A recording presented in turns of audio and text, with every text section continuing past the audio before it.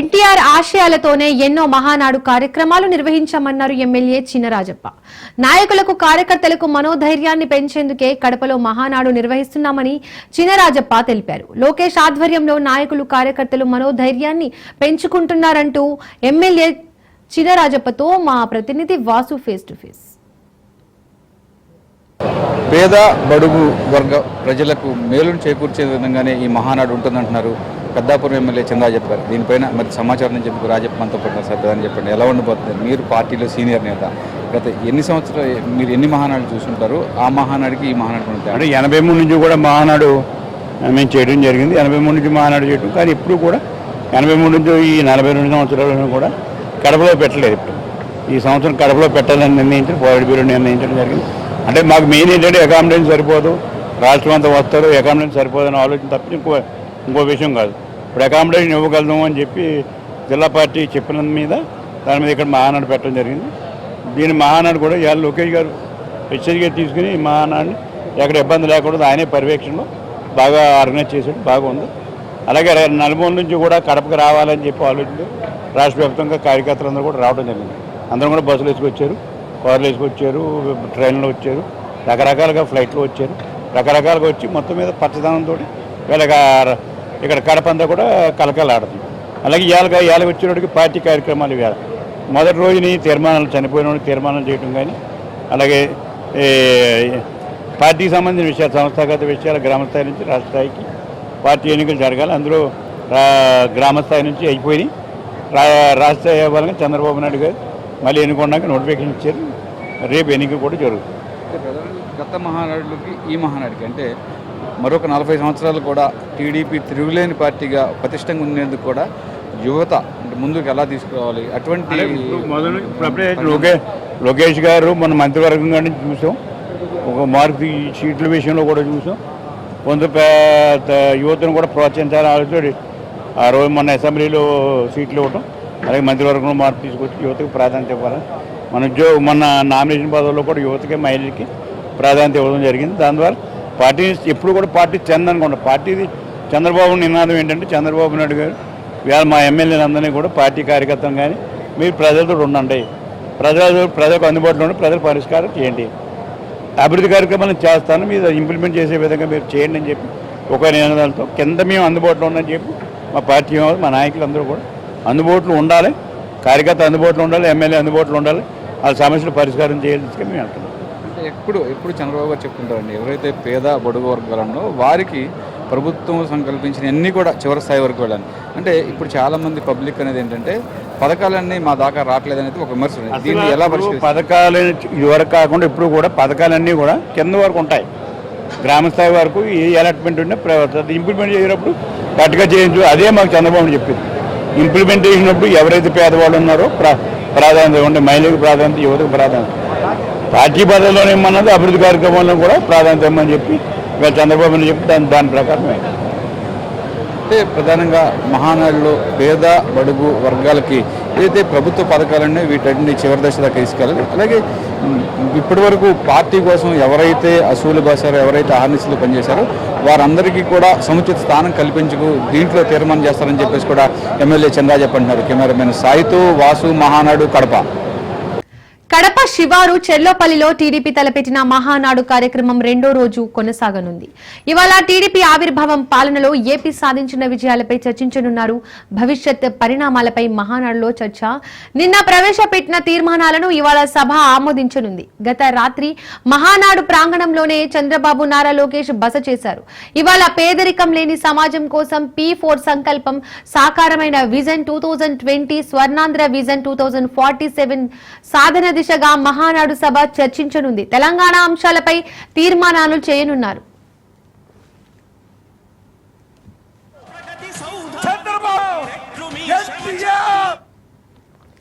ఇవాళ ఎన్టీఆర్ జయంతి. ఏపీ ప్రభుత్వం అధికారిక వేడుకగా ఎన్టీఆర్ జయంతి నిర్వహించనుంది. ఇందుకు సంబంధించి ఏపీ ప్రభుత్వం ఉత్తర్వులు జారీ చేసింది.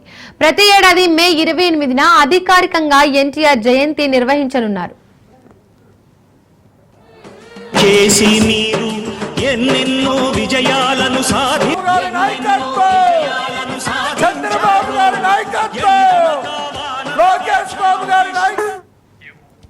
43 ఏళ్ల ప్రస్థానంలో ప్రజల జీవితాల్ని తెలుగుదేశం ఎంతో ప్రభావితం చేసిందన్నారు టీడీపీ అధికార ప్రతినిధి జ్యోత్స్న. రాజకీయాల్లో సామాజిక న్యాయం అనే అతిపెద్ద విప్లవం తెచ్చింది టీడీపీయే అన్నారు ఆర్యవైశ్య కార్పొరేషన్ చైర్మన్ రాకేష్. సంక్షేమం, సంస్కరణలు, అభివృద్ధికి టీడీపీ ట్రెండ్ సెట్టర్, పాలనకు బ్రాండ్ అంబాసిడర్ అంటున్న జ్యోత్స్న అండ్ రాకేష్ తో మా ప్రతినిధి వాసు ఫేస్ టు ఫేస్.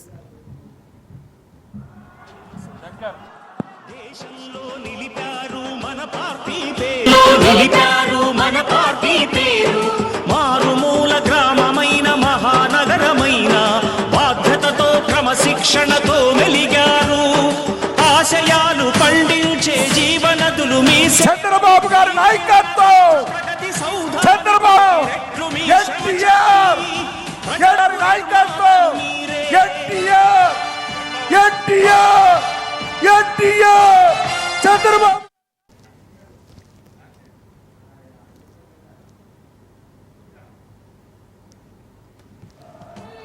చేసి మీరు ఎన్నెన్నో విజయాలను చంద్రబాబు గారి నాయకత్వం, లోకేష్ బాబు గారి నాయకత్వం, లోకేష్ బాబు గారి నాయకత్వం,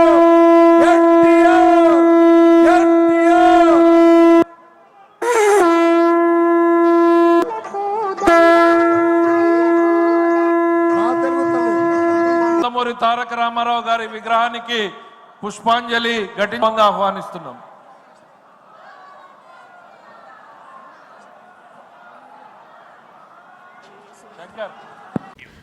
43 ఏళ్ల ప్రస్థానంలో ప్రజల జీవితాల్ని తెలుగుదేశం ఎంతో ప్రభావితం చేసిందన్నారు టీడీపీ అధికార ప్రతినిధి జ్యోత్స్న.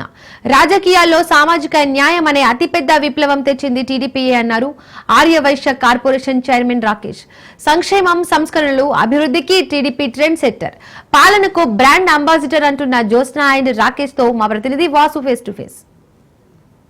అంగరంగ వైభవంగా మహానాడుకు కడప ముస్తాబైంది. చరిత్రలో కని విని ఎరుగని రీతిలో కూడా మహానాడు ఏర్పాట్లు సిద్ధం చేశారు. అయితే మహానాడులో ఎటువంటి ఎజెండా ఉండబోతుంది అంటే కొత్త నాయకత్వం తీసుకుని 40 సంవత్సరాల పాటు సుదీర్ఘ రాజకీయ చరిత్ర కలిగిన పార్టీగా కూడా మరలా నేటితో ఎలా అవతరించబోతుంది, దీనిపైన మరింత సమాచారం అందించేందుకు టీడీపీ సీనియర్ నేత జ్యోత్స్న గారు, అట్లాగే కార్పొరేషన్ వైశ్య కార్పొరేషన్ చైర్మన్ మనతో పాటు గారు చెప్పండి. ప్రధానంగా మీరు చాలా డిస్కషన్స్ చూస్తుంటారు, అంటే క్రైసిస్లో ఉన్నప్పుడు కూడా పార్టీని బలోపేతం చేసేందుకు కూడా చాలా లాభ వచ్చారు. ఎట్లా ఉండిపోతుంది ఈ పరిస్థితి?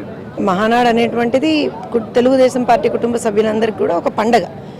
ప్రతి సంవత్సరం కూడా అందరం ఒక చోట చేరి అసలు పార్టీలో ఏం జరుగుతుంది, పార్టీని ఎలా ముందరికి తీసుకెళ్ళాలి, కార్యకర్తల పక్షాన్ని ఎలా నిలబడాలి, ఇవన్నీ అంటే ఒక సమాలోచనలు జరిపేటువంటి వేదిక. ముఖ్యంగా ఈసారికి కడపగడ్డ మీద జరుగుతున్నటువంటి మొట్టమొదటి మహానాడు, అలానే ఒక దుర్మార్గుడిని పొలిటికల్గా అంతం చేసిన తర్వాత మేము గెలిచిన తర్వాత చేసుకుంటున్నటువంటి మొదటి మహానాడు. సో ఖచ్చితంగా ఇక్కడ కార్యకర్తల సంక్షేమం గురించి, అలానే ఏ రకంగా అయితే ఇంకా అభివృద్ధి పదంలోకి రాష్ట్రాన్ని తీసుకెళ్లాలి, ఏ రకంగా తెలుగుదేశం పార్టీ దానికి దోహదపడాలి, ఏ రకంగా తెలుగుదేశం పార్టీ శ్రేణులందరూ కూడా దాంట్లో భాగస్వామ్యులు కావాలి అనే దాని మీద సమాలోచన జరుగుతాయి. ఎస్, కొన్ని మార్పులు చేర్పులు ఉండొచ్చు. అంటే అది ఈసారి కొత్తగా నేనేం అనుకోనండి, దాన్ని ఏదో చాలా పెద్దగా చూపిస్తున్నారు. కానీ తెలుగుదేశం పార్టీ అంటేనే చాలా ఇన్నోవేటివ్ ఐడియాస్కి, చాలా ఇన్నోవేషన్స్కి పెట్టింది పేరు. ఆ రోజు నందమూరి తారక రామారావు గారు పార్టీ పెట్టినప్పటి నుంచి కూడాను ఆ రోజున విద్యావంతుల్ని, మహిళల్ని, ప్రతి ఒక్కరిని కూడా రాజకీయ అరంగేట్రం చేయించింది ఆయన ఒక రకంగా చూస్తే. తర్వాత చంద్రబాబు నాయుడు గారు ప్రతి ఒక్క వర్గానికి మేలు చేకూరే విధంగా ఆయన పనులు చేసుకుంటూ వెళ్ళారు. సో డెఫినెట్గా ఇవాళ రాబోయే కాలంలో ఇంకా ఎలా ముందరికి వెళ్ళాలి, ఏ రకమైనటువంటి ఒక స్ట్రెంగ్త్ తోటి పార్టీ ముందరికి వెళ్ళాలి అనేటువంటి ఒక ఆలోచనలు నడుస్తాయి. అలానే 43 సంవత్సరాల తెలుగుదేశం ప్రస్థానం, ఇంకో 45-43 సంవత్సరాల ప్రస్థానానికి మేము ఎలా నాంది పలకాలి అనేటువంటి దాని మీద సమాలోచనలు ఉంటాయి. యువత ఈ మహానాడు ద్వారా కూడా మాకు ఉద్యోగాలు వస్తాయని ఎదురు చూసే పరిస్థితి కూడా కనిపిస్తుంది. అసలు ఏంటి ఆ ఆశయాలు ఏమనిపిస్తున్నాయి? ఈ ఆశయాలని నేడు మహానాడు వేదికగా ఎలా ముందు తీసుకెళ్ళిపోతుంది? యువగలం పాదయాత్రలో ఏదైతే యువనేత నారా లోకేష్ గారు చూసిన ప్రతి అంశాన్ని కూడా అమలుపరిచే విధంగానే ముందుకెళ్తున్నామని తెలియజేస్తా ఉన్నాం. యువత కోరుకుంటున్నట్టు ఎవరైతే నిరుద్యోగులకు ఉద్యోగం కావాలనే ఆశయం ఏదైతే ఉందో దాన్ని నెరవేరుస్తూ డిఎస్సి నోటిఫికేషన్ ఇవ్వడం జరిగింది. అనేక కంపెనీలు తీసుకొచ్చి పెట్టుబడులు పెట్టడం జరిగింది. అలాగే వ్యాపారాల్లో చిరు వ్యాపారస్తులు కానివ్వండి, పారిశ్రామికవేత్తలు కానివ్వండి, ఎదగాలనే యువతకు కూడా ప్రత్యేకమైన పాలసీ తీసుకొచ్చి వారిని కూడా అభివృద్ధి చేయడం జరిగింది. జరిగింది. యువనేత నారా లోకేష్ గారి ఆశయం ఎప్పుడూ క్లియర్గా ఉంది. ఆయన పిలవాలి, ఆయన కలవాలి అంటే ఒక సోషల్ మీడియా చాలు. మీరు అతను ట్యాగ్ చేసి ఒక పోస్ట్ పెట్టినట్టయితే మీరు చూసి కనివిని రీతిలో మీకు ఇమీడియట్గా రియాక్షన్ వస్తుంది, రిప్లై వస్తుంది. ఇమీడియట్గా డిపార్ట్మెంటే మీ దగ్గరకు వచ్చి మీ దగ్గర పనిచేసే పద్ధతి ఉంటుంది. 20 లక్షల ఉద్యోగాలు అనేది ఇస్తూ ఉంటున్నారండి. కానీ కేటగిరైజేషన్ దాంట్లో దానికి మౌలిక సదుపాయాలు ఇండస్ట్రీస్ మూలంగా వచ్చాయి అనేది ఎటువంటి కేటగిరైజేషన్ ఉంటుంది? ఇందులో 3 రకాలు ఉన్నాయండి. ఒకటి గవర్నమెంట్కి సంబంధించిన ఉద్యోగాలు, కంప్లీట్లీ గవర్నమెంట్ డైరెక్ట్గా ఎంతమందిని ఎంప్లాయ్మెంట్ చేస్తుంది అనేది ఒకటి. రెండోది ఇండైరెక్ట్గా వచ్చేసరికల్లా ప్రొఫెషనల్స్, నాన్ ప్రొఫెషనల్స్, స్కిల్తో డెవలప్ అయ్యి బయటకు వచ్చే వాళ్ళు కొంతమంది ఉంటారు. వాళ్ళకి ఏదైతే స్కిల్ డెవలప్మెంట్ లోపం ఉందో వాళ్ళందరినీ కూడా ఏర్పాటు చేసి వాళ్ళకి ట్రైనింగ్లు ఇచ్చి వీళ్ళకి ఎక్కడైతే ఫెసిలిటేట్ చేయాలో వాళ్ళందరినీ కూడా ఫెసిలిటేట్ చేస్తారు. అలాగే చదువుకున్న వాళ్ళు ఎవరైతే ఉన్నారో వారందరినీ కూడా వారికి అర్హతకు తగ్గ ఉద్యోగాలు ఏర్పాటు చేసే ప్రయత్నం చేస్తూ ఉన్నారు. ఏదైనా రాబోయే రోజుల్లో నిరుద్యోగ ఆంధ్రప్రదేశ్ కనబడబోతా ఉంది. ఖచ్చితంగా అది నారా లోకేష్ గారు చేసి తీరుతారని మేమందరం నమ్ముతున్నాం. ప్రజలకు కూడా గాఢమైన విశ్వాసం ఉందని తెలియజేస్తా ఉన్నాం. ఈ సీనియర్స్ ఎవరైతే ఉన్నారో ఈ సీనియర్స్ సలహాలు తీసుకుని దీని నేపథ్యంలోనే ఒక చైతన్యం అంటే 40 సంవత్సరాల్లో మరలా టీడీపీ బలమైన పార్టీగా మరింత బలంగా వేళ్ళు రాజకీయాల్లో మరింతగా పెరిగేందుకు కూడా ఇదే వేదిక కాబోతుందని చెప్పేసి మాత్రం అంటున్నారు. కెమెరామెన్ కిరణ్తో వాసు, మహానాడు, కడప. లోకేష్ బాబు గారి నాయకత్వం ఎన్టీఆర్ చేసి మీరు అవమానించబడిన చోటు నుండే అభినందనలు అందుకున్నారు. మనోధైర్యం, పార్టీ మీద మమకారం వారిలో ఓర్పుని, సహనాన్ని పెంచింది. 2023లో చంద్రబాబుని జైల్లో వేసిన సంఘటనపై మనస్తాపానికి గురైన శ్రీకాకుళం జిల్లా ఎచ్చర్లకు చెందిన కార్యకర్తలు జరిగిన అన్యాయాన్ని సమాజానికి తెలియజేసేందుకు అప్పట్లో సైకిల్ యాత్ర చేపట్టారు. అయితే సైకిల్ యాత్ర పొంగనూరు చేరుకునేసరికి పెద్దిరెడ్డి రామచంద్రారెడ్డి అనుచరులు సైకిల్ యాత్ర చేపట్టిన టీడీపీ కార్యకర్తలపై దాడి చేసి విచక్షణారహితంగా హింసించారు. అంతే కాదు, సైకిల్ కి ఉన్న జెండాను కూడా ధ్వంసం చేశారు. ఆనాడు పడిన మనోవేదనను, హింసను మనోధైర్యంతో ఎదుర్కొన్న కార్యకర్తలు వైసీపీ హయాంలో అవమానించబడిన పుంగనూరు నుండి సైకిల్ యాత్ర చేపట్టి కడపలోకి మహానాడు ప్రాంగణానికి చేరుకున్నారు. పుంగనూరు నుండి సైకిల్ యాత్ర చేస్తూ మహానాడుకు చేరుకున్న ఎచ్చర్ల వాసులు ఎంపీ అప్పలనాయుడుతో మా ప్రతినిధి వాసు ఫేస్ టు ఫేస్. స్థైర్యంగా మలుచుకుని శ్రీకాకుళం జిల్లా ఎచ్చర్ల వాసులు మహానాడికి సైకిల్ యాత్ర చేరుతున్నారు. అయితే దీనిపైన కూడా మరి సమాచారం అందించేందుకు ఎచ్చర్ల వాసులు మనతో పడినారు. ప్రధానంగా ఏం జరిగింది? చంద్రబాబు నాయుడు గారు జైల్లో ఉన్నప్పుడు మీరు సైకిల్ యాత్ర చేపట్టడం కూడా జరిగింది. మీరు ఎక్కడ అవమానింపబడ్డారు? అవమానింపబడిన చోటే మరలా మీరు దానికి సన్మానించుకుని ఎలా రాగలుగుతారు? మేము గత 2023 అక్టోబర్ నెలలో సైకిల్ యాత్ర ప్రారంభించామండి. చంద్రబాబు గారు అరెస్టుని ఖండిస్తూ అప్పట్లో శ్రీకాకుళం నుంచి కుప్పం యాత్ర వరకు సైకిల్ యాత్ర చేయాలని ఒక మా సంకల్పంతో సైకిల్ యాత్ర ప్రారంభించామండి. ఆంధ్ర రాష్ట్రం మొత్తం మీద కూడా ఎక్కడ ఇబ్బంది జరగలేదు. పెద్దిరెడ్డి రామచంద్రారెడ్డి అనుచరులు సెంగలపు సూరి వచ్చి మా జెండాలు తీసి మా స్వక్కాయులు ఇప్పి నాతో పాటు వచ్చిన 5 సభ్యులు ఇబ్బంది పెట్టి నన్ను కూడా ఇబ్బంది పెట్టి కాలుతో తొక్కి మా పార్టీని, మా అధినాయకత్వాన్ని, చంద్రబాబు నాయుడు గారిని వీళ్ళందరినీ కూడా నన్ను అసలు లేనిపోయిన బూతులు తిట్టి మా పార్టీని అసలు చాలా కించపరిచే విధంగా మాట్లాడారు సార్. మామూలు కోసం చాలా కించపరిచే విధంగా మాట్లాడారండి. కానీ మళ్ళీ మా పార్టీ వస్తుంది ఇదే ప్లేస్లో మా ఎంపీ గారు జెండా పాతి మళ్ళీ అదే కార్యక్రమాన్ని మళ్ళీ ఇక్కడికి మహానాడికి విజయవంతం చేసామండి. ఈ అవమానాన్ని మీరు ఎలా మలుచుకున్నారు? దాన్ని ఆత్మస్థైర్యంతో మరలా ఎలా చేస్తున్నారు? మళ్ళీ మాకు ఎప్పుడైనా అంటే మేము ఆ సమయంలో మా నాయకుడు చూస్తే జైల్లో ఉన్నారని చెప్పేసి ఆ టైంలో తగ్గామండి. వెనక్కి తగ్గడం వల్ల మాకు ప్లస్ అయిందండి. మళ్ళీ మేము అధికారంకి వచ్చిన తర్వాత మా ప్రతిఫలం ఏంటో చూపిస్తామనే ఉద్దేశంతో ఈరోజు మళ్ళీ అదే ప్లేస్లోకి వెళ్ళి జెండా పాతి అక్కడున్న పొంగనూరు నియోజకవర్గం మా టీడీపీ కార్యకర్తలు అక్కడున్న ఇన్ఛార్జి గారు వచ్చి మాకు సాల్వలతో సత్కరించి సైకిల్కి పాలాభిషేకం చేసి మళ్ళీ అక్కడ నుండి జెండా ఊపి ఈ మహానాడికి విజయవంతం చేశారండి మా ఎంపీ గారు ఆయన. అయితే దీనిపైన మరింత సమాచారం అందించేందుకు ఎంపీ కలిసెట్టి అప్పలనాయుడు గారు మనతో పడినారు. సార్ చెప్పండి, ప్రధానంగా ఆ రోజున పడ్డ అవమానం మరలా ఈ రోజున వాళ్ళు అదే దాన్ని సంస్కారంగా మార్చుకుని ఎలా రాగలిగారు, ఎలా తీసుకురారు? కార్యకర్తలు ఆలోచనలు అండి, కార్యకర్తల బలం తెలుగుదేశం పార్టీకి ఎప్పుడూ ఉంటుంది. ఎందుకంటే ఈరోజు కార్యకర్తలు అంటే తెలుగుదేశం అధినేత చంద్రబాబు నాయుడు గారు చెప్తున్నారు, నారా లోకేష్ గారు కూడా చెప్తున్నారు, కార్యకర్తలు ఏందే పార్టీ లేదు. వారు అవమానం పొందారు.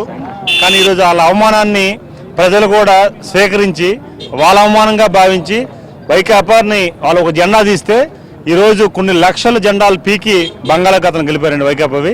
అందుకు జగన్మోహన్ రెడ్డి టీంకి కూడా చెప్తున్నాం, మీరు తెలుగుదేశాన్ని అంతం చేయాలన్నా జెండాన్ని తీయాలన్నా తెలుగుదేశం పార్టీ ఎప్పుడు 43 సంవత్సరాలు ఇప్పుడు అవుతుంది, చరిత్ర ఉన్నంత వరకు తెలుగుదేశం పార్టీ ఉంటుంది, దాన్ని ఎవరు టచ్ చేయలేడు, అది సాహసం కూడా చేయలేదు. చాలామంది జెండాలు పీకేస్తున్న వాళ్ళు ప్రలాభ పొందిన వాళ్ళందరూ కూడా కాలగర్భం కలిసిపోయారు.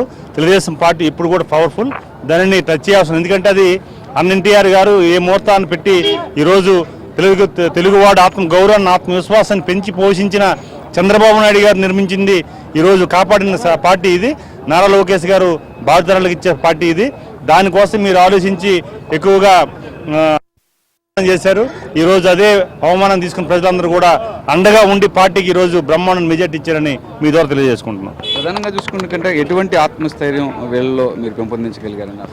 ఖచ్చితంగా అండి. వీళ్ళు ఏంటంటే చంద్రబాబు నాయుడు గారు ప్రమాణ స్వీకారం రోజే స్వయంగా వారే ఆఫీస్ నుంచి సీఎం ఆఫీస్ నుంచి ఫోన్ చేసి 6 కార్యకర్తలకి వెహికల్ ఇచ్చి విచారణ నుంచి విజయవాడ తీసుకొచ్చి వారిని ప్రమాణ స్వీకారం ముందే కూర్చుని పెట్టారు.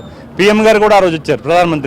ప్రధానమంత్రి గారి సభలో ప్రమాణ స్వీకారానికి కార్యకర్తలు ఐడెంటిఫై చేసి కార్యకర్తలు ఫస్ట్ బ్లాక్లో కూర్చుని పెట్టి వాళ్ళు సత్కరించినట్టు గౌరవించినారు. అంటే చంద్రబాబు నాయుడు గారు ఎంత గ్రౌండ్ రియాలిటీలో గ్రౌండ్ కార్యకర్తకి ఎంత గౌరవిస్తున్నారో అదొకటే ఉదాహరణ అండి. అదే స్ఫూర్తితో ఈరోజు వాళ్ళు కూడా ఎక్కడైతే వాళ్ళు జెండా పీకారో అక్కడే మళ్ళీ ఆ పొంగూరు కార్యకర్త అందరూ కూడా గౌరవించి ఈరోజు వాళ్ళు సత్కరించి పంపించారండి. తెలుగుదేశం పార్టీ క్యాడర్కి వీరికి ఇచ్చే గౌరవం కాదండి, ఇది వీరికి అవమానం జరిగింది కాదండి. మొత్తం యావత్ అందరిని ఆ రోజు అవమానించారు, ఈ రోజు కూడా ఆ గౌరవం పొందారు. ప్రతి కార్యకర్త కూడా అది అందుతుందండి.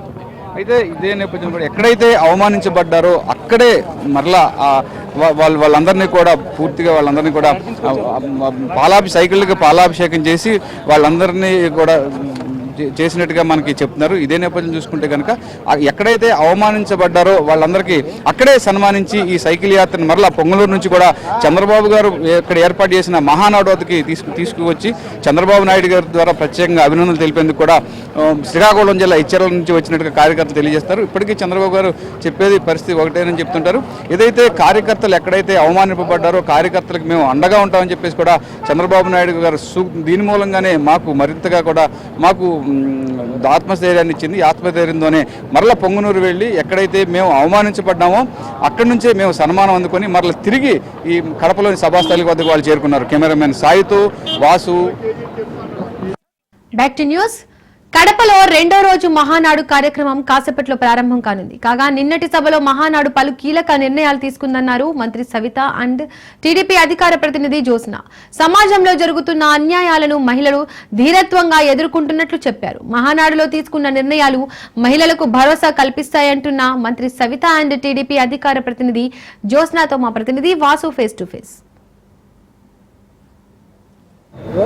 కడపలో ప్రారంభమైన మహానాడులో తొలి రోజు 6 సూత్రాల ప్రజలకు ఆదుకునే విధంగా లోకేష్ గారు తీర్మానం చేశారు. 2వ రోజును చూసుకుంటే కనుక ప్రధానంగా మరికొన్ని తీర్మానాలు చేరినారు. తొలి రోజున స్త్రీ శక్తి ఎలా ఉండాలి, టీడీపీ ప్రభుత్వం స్త్రీలకు ఎటువంటి సహాయం చేస్తుంది అనే దానిపైన ప్రధానంగా ఒక నిర్ణయం తీసుకున్నారు. దీనిపైన మరింత సమాచారం ఇచ్చేందుకు ప్రొఫెసర్ జ్యోత్స్న గారు మనతో పాటు మేడం గారు చెప్పండి. ఈరోజు 2వ రోజు చేరుకున్నాము.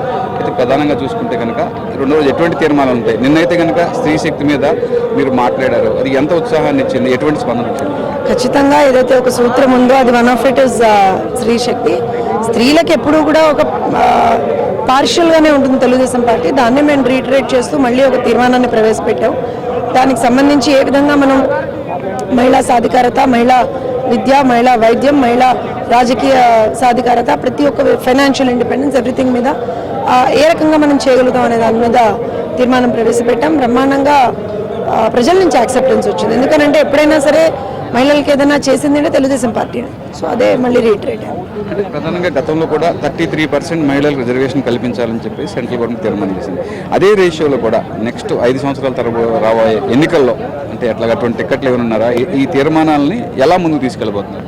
ఖచ్చితంగా అసలు 33% రిజర్వేషన్కి ఆ రోజున మద్దతు పలికిన తెలుగుదేశం పార్టీ. దాన్ని మేము కొంతవరకు మా పార్టీ దీంట్లో మేము అవలంబిస్తూ వస్తూ ఉన్నాం. సో దాన్నే ఇంకా ఇంప్రూవ్ చేసుకుంటూ వెళ్తాం. By the term of next elections 33% reservations implement అవ్వాలని కోరుకుంటున్నాం. అండ్ ఆల్సో ఖచ్చితంగా అది ఇంప్లిమెంట్ అవుతే తెలుగుదేశం పార్టీ ఆల్రెడీ మహిళా పక్షపాత పార్టీ, సో ఇంకొంచెం ఎక్కువగా బెనిఫిట్ అవుతుంది. ఇట్లాగా రాజకీయాల్లోకి యువత మహిళలు ఎక్కువగా రావాలని చెప్పేసి నిన్న తీసుకున్న నిర్ణయం మీద ఎటువంటి కార్యాచరణ ఉండబోతుంది? ఇప్పటికి కూడా మీరు చూస్తే తెలుగుదేశం పార్టీ కి సంబంధించినటువంటి ఎమ్మెల్యే టికెట్లలో కావచ్చు, లేదా ఎంపీ టికెట్లలో కావచ్చు, లేదా మంత్రివర్గంలో కావచ్చు, మీరు చూస్తే మహిళా రిప్రజెంటేషన్ చాలా మంచిగా ఉంది. దాన్ని ఇంకా ఇంప్రూవ్ చేసుకోవాల్సిన, అదేదో అబ్సల్యూట్ గ్రేట్గా ఉందని కూడా నేను అనట్లేదు, కానీ ఇంప్రూవ్ చేసుకోవాల్సినటువంటి అవసరం ఉంది కాబట్టి లోకేష్ గారు దాన్ని వాళ్ళు ఇంప్లిమెంట్ చేద్దాం అనేటువంటి ఒక ఆలోచనతో ముందుకు వెళ్తున్నారు. ఇప్పుడైతే స్త్రీ శక్తి ఉందో, మహిళా ఎంపవర్మెంట్ అంటే పెరిగితే సమాజంలో ఎటువంటి పవర్ పెరుగుతుంది అంటే మహిళలు కూడా స్వయం శక్తి. ఇట్స్ జస్ట్ నాట్ నంబర్ అండి, అది మనం అర్థం చేసుకోవాలి. మీరు గమనిస్తే అసలు మొట్టమొదటిగా పంచాయతీలలో కూడా మహిళలకు రిజర్వేషన్ తీసుకొచ్చినటువంటి పార్టీ తెలుగుదేశం పార్టీ. అది ఎందుకు చేశామంటే once you start that thing representation పెరుగుతూ పోతుంటుంది. రిప్రజెంటేషన్ పెరిగినట్టల్లా మీకు ఇన్వాల్వ్మెంట్ పెరుగుతుంది. So that is a process. ఇది ఇవాళ ఒక ఫోర్ట్ నైట్లో జరుగుతుందని మేము అనట్లేదు, కానీ ఇవాళ మీరు గమనిస్తే ఆ రోజున మేము తీసుకున్నటువంటి నిర్ణయం, ఆ రోజున మహిళల్ని రాజకీయంగా ఎదిగించాలి అని చెప్పి మేము తీసుకున్న నిర్ణయం వల్ల ఒక ప్రతిభా భారత్ గారి లాంటి వాళ్ళని చూసాం. మనం ఎంత హై పొజిషన్స్లో ఉండి ఎంత పర్ఫెక్ట్, ఎంత ఎఫిషియెంట్గా వాళ్ళు ఆ రోజున వర్క్ చేయగలిగారు. అలా ఇవాళ రోజున మనం చూస్తే ఆంధ్రప్రదేశ్ రాష్ట్రంలో మా ప్రభుత్వం అధికారంలో ఉంది, 3 మహిళా మంత్రుల్ని చూస్తున్నాం. గత ప్రభుత్వం అసలు మహిళా మంత్రులు ఉన్నా కూడా వాళ్ళు ఏ రోజున వాళ్ళ నోరు విప్పింది లేదు, ఎక్కడా కూడా మాట్లాడింది లేదు. కానీ ఇవాళ మా మంత్రులు ఎవరైతే ఉన్నారో 3 కీలకమైనటువంటి శాఖల్ని వాళ్ళు హ్యాండిల్ చేస్తున్నారు. హోంశాఖ, బీసీ వెల్ఫేర్ శాఖ, అలానే మహిళా సంక్షేమ శాఖ. ఈ 3 శాఖల్లో కూడా మీరు గమనిస్తే వాళ్ళ శాఖాపరమైనటువంటి పనులు వాళ్ళు చేస్తూనే మొన్న వరదలు వచ్చాయి. All the 3 of them were on ground. Mahanadu, all the 3 of them are ground. So మీరు ఏది తీసుకున్నా సరే, మొన్న సింహాచలంలో ఒక ఘటన జరిగింది, హోమ్ మినిస్టర్ గారు అక్కడ అవుట్న వెళ్ళారు, చేనేతలకు అండగా సవితమ్మ గారు నిలబడుతున్నారు. సో అంటే it is how you give opportunities and how they make best of these opportunities. అలాంటివి కల్పించాలి కదా, కల్పిస్తేనే కదా వాళ్ళల్లో ఉన్నటువంటి ఎఫిషియన్సీ అనేటువంటిది బయటకు వస్తుంది. ప్రధానంగా మంత్రి గారు కూడా మనతో ఉన్నారు. మాకు చెప్పండి, ప్రధానంగా స్త్రీ శక్తి మీద ఎటువంటి నిర్ణయాలు తీసుకున్నారు, ఎలా అమలుపరచబోతున్నారు?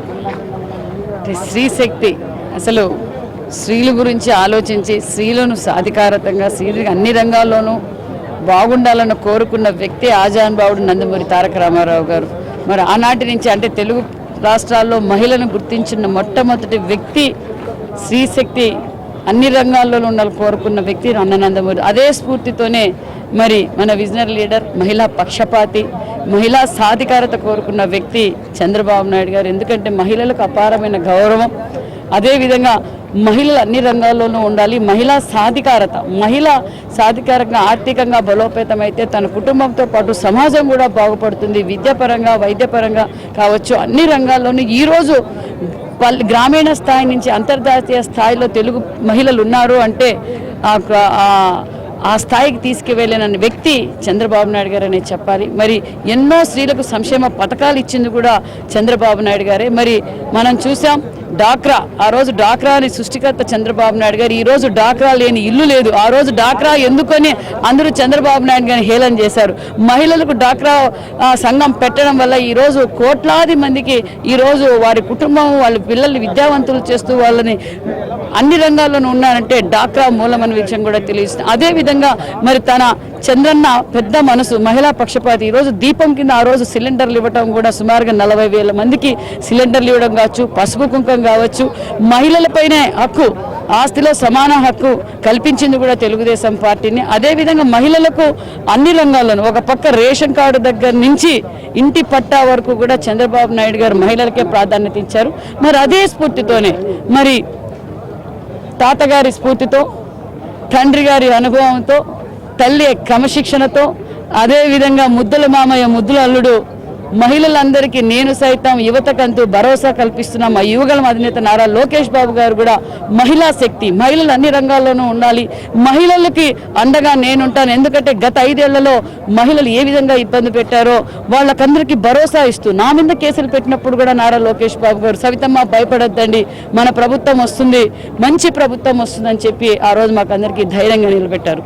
అంతేకాకుండా మనం గత 5 సంవత్సరాల్లో చూసాం, దేవాలయం లాంటి అసెంబ్లీలో మహిళలు ఏ విధంగా అసభ్యకరంగా మాట్లాడారో చూసాం. అమరావతి రైతులపైన, అమరావతి మహిళా రైతులపైన ఏ విధంగా మాట్లాడారు, కార్యకర్తలపైన కావచ్చు, తెలుగు మహిళలపై ఎన్ని కేసులు, ఎన్ని దౌర్జన్యాలు, ఎన్ని కిడ్నాపులు, ఎన్ని హత్యలు, ఎన్ని మానభంగాలు కూడా జరిగాయి తెలుసు. అప్పట్లో ప్రతిపక్షంలో ఉన్నప్పుడు మేము కూడా ఈ 5 ఏళ్ళు మహిళలపైన జరిగిన దాడులు రాష్ట్రపతి గారికి కూడా తీసుకెళ్లి అందజేశాం. మరి ఈరోజు మహిళలు కోరుకున్న ప్రభుత్వం, ఈ 5 ఏళ్లలో మహిళలు చాలా ఇబ్బంది పడ్డారు, మహిళా సాధికారత లేదు, మహిళలు కుటుంబ పోషణ కూడా ఇబ్బందిగా ఉందన్న ఉద్దేశంతో ఏదైతే ఎన్నికల సమయంలో మాట చెప్పారో ఆ మాట నిలబెట్టుకున్న ముఖ్యమంత్రి మరి చంద్రబాబు నాయుడు గారు అని చెప్పాలి. ఎందుకంటే ఈరోజు మహిళా సాధికారత కోసం సెర్పు కావచ్చు, అదేవిధంగా ఎంఎస్ఎంఈ ద్వారా కావచ్చు, ప్రతి విషయంలోనూ మహిళలకు ప్రాధాన్యత ఇస్తూ, ఏదైనా పరిశ్రమలు పెట్టాలన్న వారికి సబ్సిడీలు ఇస్తూ, అదేవిధంగా చేనేతలకు అండగా ఉంటూ ఈరోజు మహిళా రంగాన్ని రాజకీయంగా కూడా చూద్దాం, రాజకీయంగా కూడా కీలకమైన 3 పదవులు మాకు ఇవ్వటం,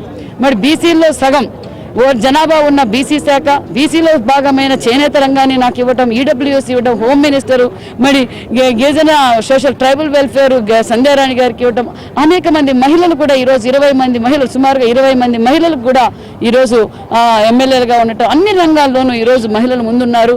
ఒక ధైర్యం మాకు లోకేష్ బాబు గారు ఉన్నారు అనేది మహిళలకు, ఆంధ్రప్రదేశ్ మహిళలందరికీ ఒక ధైర్యం, యువతకు ఒక భరోసా అన్న విషయం కూడా తెలియజేస్తుంది. Thank you. ప్రధానంగా తీసుకున్న నిర్ణయాలు మహిళా శక్తి పైన ప్రధానంగా ఉన్నాయి. ఇదే నేపథ్యంలో చూసుకుంటే కనుక ఒకవైపు ప్రొఫెసర్ జ్యోత్స్న గారు, మరొక వైపు మంత్రి సబితా గారు కూడా చెప్తున్న దాన్ని బట్టి ఈ ఏదైతే మనకు మహానాడు సాక్షిగానే మహిళలపై జరుగుతున్న అన్యాయాలకి అడ్డుకట్ట వేసే దిశగా ఒకవైపు పయనిస్తుంది. అలాగే మహిళల సాధికారత, మరోవైపు చూసుకుంటే కనుక మహిళలకి చట్టసభల్లోనూ ఇతరితర కూడా గ్రామీణ స్థాయి నుంచి కూడా సరైన న్యాయం కల్పించాలి, భరోసా కల్పించాలి, ధైర్యం ఇవ్వాలని చెప్పేసి కూడా ఇదే మహానాడు వేదికగా కూడా తీర్మానం చేశారు. కెమెరామెన్ సాయితో వాసు, కడప, మహానాడు.